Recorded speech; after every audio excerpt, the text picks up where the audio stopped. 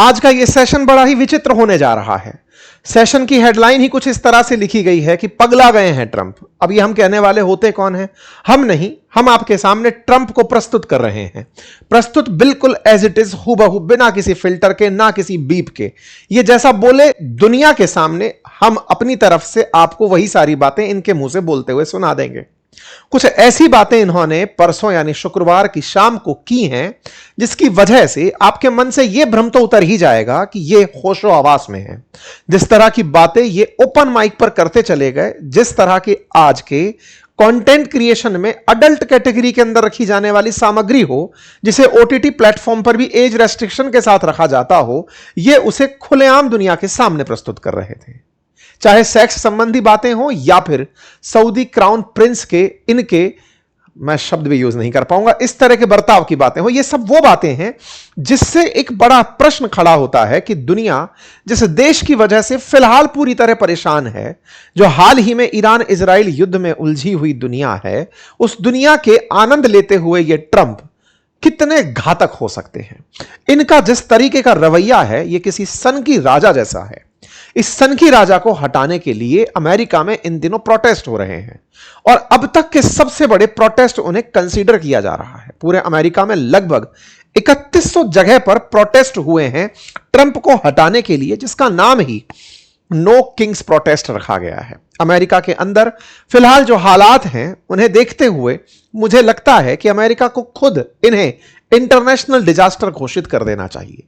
यानी ये वो व्यक्ति जिसने पूरी दुनिया पर अपनी सोच, अपनी बातें, उन सबको ध्यान में रखते हुए वो माहौल पैदा कर दिया है जिस माहौल को डिकोड करना भी शायद अब मनोवैज्ञानिकों के भी बस की बात ना रह गया हो। फाइनली एक थ्योरी निकल कर आती है जिसे मैडमैन थ्योरी कहा जाता है। रिलेट किया जाता है रिचर्ड निक्सन से। कहा जाता है कि इनकी तरह ही रिचर्ड निक्सन हुआ करते थे, या रिचर्ड निक्सन उस समय इंटरनेट के बिना वाले दौर में थे, फिलहाल ये नए दौर में है, इसलिए अमेरिका को कभी कभी ऐसे सन की राष्ट्रपति मिलते हैं। आइए इनकी सनक की चर्चा उन बीते हुए एपिसोड से करते हैं जो परसों की खबर की सुर्खी बने थे। दुनिया में फिलहाल जो ईरान इजराइल युद्ध चल रहा है, 30 दिन बीत चुके हैं, संघर्ष रुकने का नाम नहीं ले रहा है, लेकिन ट्रंप खुद को विजेता घोषित किए हुए आगे चले जा रहे हैं। ऐसे में ही एक शाम शुक्रवार की थी जिस समय फ्लोरिडा में future investment initiative priority summit के अंदर पत्रकारों से बात करते हुए ये इस तरह की बातें करते हैं कि पत्रकार हंसियों में हंसने लगते हैं। पूरी तरह से कमरा मजाक में और इनकी मजाक में निकल पड़ता है। पत्रकारों से सवाल करते हुए, फ्यूचर इन्वेस्टमेंट समिट है, मतलब दुनिया भविष्य में कहां निवेश करे, इस बारे में चर्चा हो रही है। ये पत्रकारों से कहते हैं कि आप मुझसे कुछ भी पूछ सकते हैं, आप मुझसे सेक्स के बारे में भी बातें कर सकते हैं। एक अमेरिकी राष्ट्रपति हैं, निश्चित ही इनसे बात की जानी चाहिए, क्योंकि एप्स्टाइन नहीं रहा। एप्स्टाइन फाइल में इनकी फाइल का क्या हुआ, एप्स्टाइन इनके साथ किस तरह से जुड़ा हुआ था, किस तरह से एप्स्टाइन इनका और इन जैसों का मनोरंजन कर रहा था, यह बात निश्चित ही पूछे जाने वाली होनी चाहिए। लेकिन एक ये वो व्यक्ति हैं जिनसे पूरी तरह डर समाप्त हो चुका है। पत्रकारों से कहते हुए कि मैं उन राजनेताओं की तरह नहीं हूं जो सवालों से बचते हैं, आप मुझसे कुछ भी पूछ सकते हैं।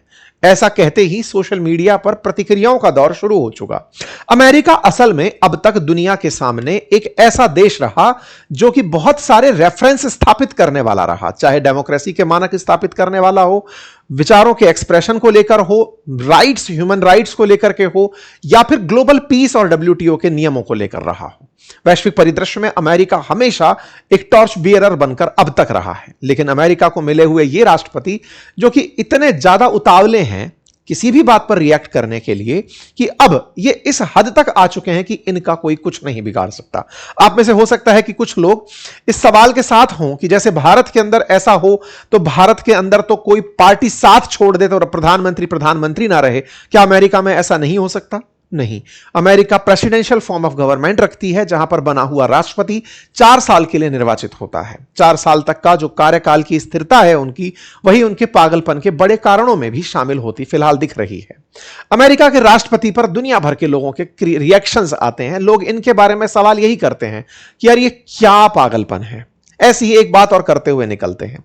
ये कहते हैं कि मैं उन लोगों के साथ रहना पसंद करता हूं जो लूजर्स होते हैं, मुझे सक्सेसफुल लोगों के साथ रहना अच्छा नहीं लगता। सक्सेसफुल लोगों के साथ रहने पर उनकी तारीफें सुननी होती हैं, उनकी उपलब्धियां सुननी होती हैं। मैं लोगों की उपलब्धियां नहीं सुनता, मुझे अच्छा लगता है वहां रहना, उन लोगों के बीच रहना जो मेरी उपलब्धियां सुने, मेरी सफलता के बारे में सुने।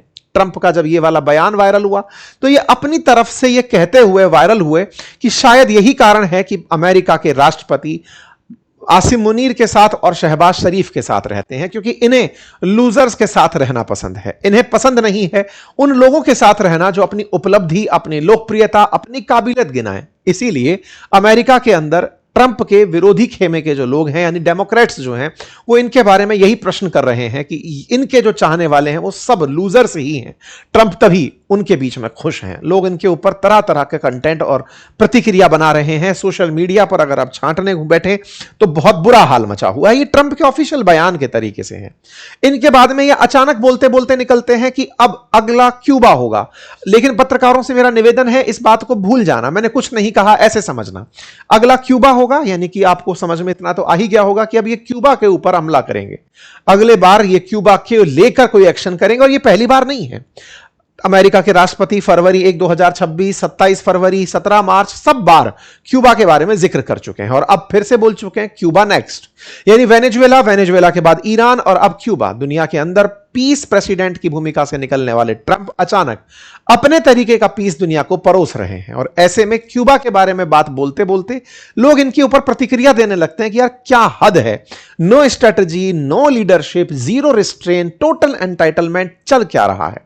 अमेरिका के राष्ट्रपति की और बातें सुनिए, ये इसी मीटिंग से निकली हुई बातें हैं जो मैं आपके सामने रख रहा हूं। ये अचानक स्टेट ऑफ हॉर्मुज के बारे में बयान देने लगते हैं और कहते हैं कि वो state of Trump, state of Trump नहीं, मैं स्टेट ऑफ हॉर्मुज की बात कर रहा हूं। मतलब जिस तरह से इन्होंने गल्फ ऑफ मैक्सिको को, मतलब गल्फ ऑफ अमेरिका कहना पसंद किया, अब इन्होंने स्टेट ऑफ हॉर्मुज को स्टेट ऑफ ट्रंप कहना शुरू कर दिया। मुग्धता में पगलाए हुए ट्रंप को पागल ना कहा जाए तो क्या कहा जाए। दुनिया के अंदर जिस तरह के हालात बने हुए हैं उसे ये बिल्कुल मजाकिये तरीके से लेकर चल रहे हैं। ये स्टेट ऑफ हॉर्मुज को अब स्टेट ऑफ ट्रंप कह रहे हैं, जब दुनिया भर के अंदर न जाने कितने ही लोग ऐसे हैं जो इनके वजह से, इनकी नीतियों की वजह से, इनके द्वारा थोपे गए दुनिया को अशांति की वजह से न जाने कितने ही लोगों को पेट्रोल खरीदने में दिक्कत हो रही है, डीजल खरीदने में दिक्कत हो रही है, उनको भोजन बनाने में लोगों को दिक्कत हो रही है, न जाने कितने प्रकार की इकोनॉमी को क्राइसिस झेलने पड़ रहे हैं। लेकिन इनका है कि ये अपने मजाक में बिजी हैं।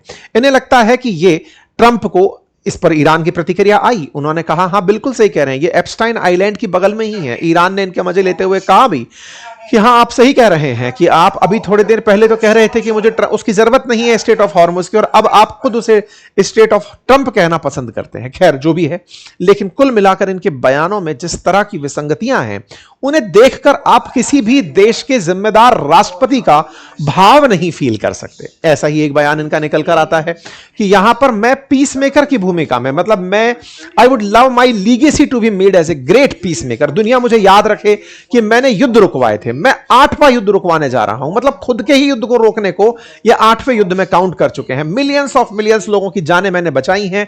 मुझे याद रखा जाए आने वाले समय में कि मैंने युद्ध रुकवाए थे। लोग इनसे पूछ रहे हैं कि जो ये आप तहलका मचा रहे हो इसे कौन सा युद्ध रुकवाना कहेंगे, और क्या आप जानबूझकर दुनिया को बेवकूफ समझ रहे हैं?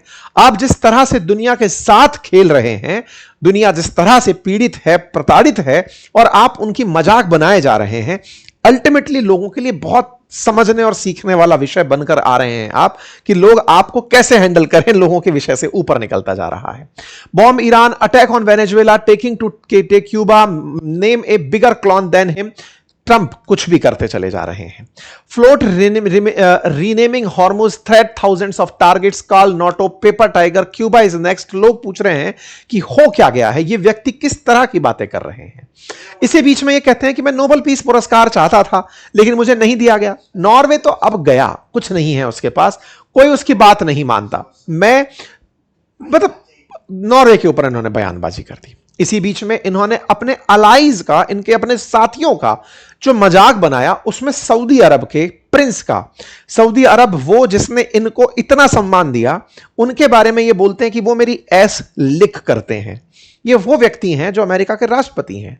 अपनी पहली यात्रा पर सऊदी अरब आए ये कहते हुए कि ये मेरे मित्र हैं, और उनके बारे में इस तरह के अश्लील शब्दों का इस्तेमाल करना भद्देपन की निशानी दर्शाता है। ऐसे में इन्होंने अपने जिस तरह से आज तक सहयोगियों का मजाक बनाया वो पब्लिक में है, फिर चाहे जर्मन के चांसलर हो, चाहे यूरोप को लेकर ग्रीनलैंड का मजाक हो, चाहे मतलब हर तरह का इन्होंने मजाक बनाया। आपको याद होगा जिस तरह से इन्होंने पहले इन्हें डांट कर भेज दिया था, कहा था यूक्रेन को कि तुमको लड़ने के लिए चीजें चाहिए, चाहे जापान का हो, तमाम प्रकार से। मतलब एक बार तुर्की के राष्ट्रपति अर्दगन बैठे हुए थे, कहते हैं कि इलेक्शन रिज किए जाते हैं, तो रिज से ज्यादा तो इनसे ज्यादा तो कौन जानता है। ऐसे जापान की पीएम के बारे में बोलते हैं कि सरप्राइज अटैक पर्ल हार्बर पर होते हैं, उनसे ज्यादा कौन जानता है।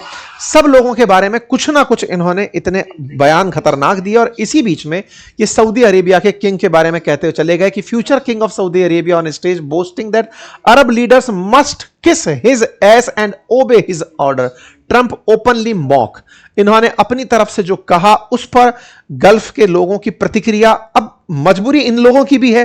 वेस्ट एशिया के देश जो अब तक अमेरिका की छत्र छाया में पलते और पनपते आ रहे थे, दुनिया में ओआईसी के अंदर अपने आप को मजबूत दिखाते थे, ट्रंप ने उन्हें उनका आईना दिखा दिया, कहा कि तुम लोग सच में कुछ नहीं हो, अमेरिका तुम्हें पालता है। बिल्कुल यही हाल ट्रंप ने यूरोप के देशों का भी किया।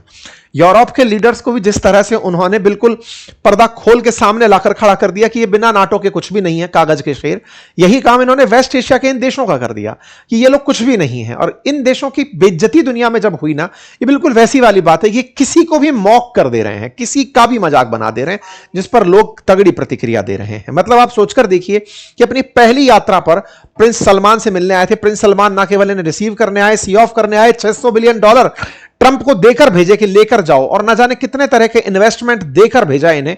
और वही ट्रंप अब अपनी तरफ से इतना भद्दा मजाक प्रिंस सलमान का बना रहे हैं।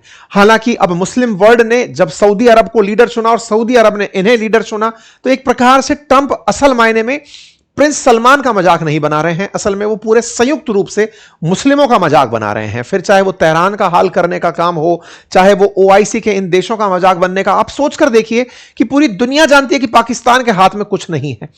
ईरान के युद्ध को पाकिस्तान में रिजॉल्व होने भेजा है, मतलब जब पूरा ओआईसी जानता है कि इसकी कोई वैल्यू नहीं है, पाकिस्तान खुद कर्ज पर जीता है, सऊदी अरब में बची खैरात पर जीता है, वहां पर इनकी मीटिंग शांति की करवाने के नाम पर देशों को बुलाकर वो केवल और केवल इन लोगों का मजाक बना रहे हैं कि तुम देखो तुम्हारी औकात सिर्फ इतनी ही है। ये एक नेक्स्ट लेवल का पागलपन है। हद तो यह हुई कि अमेरिका के इतिहास में लगभग 150 साल बाद ऐसा होगा कि उनके नोटों पर राष्ट्रपति के हस्ताक्षर जाएंगे।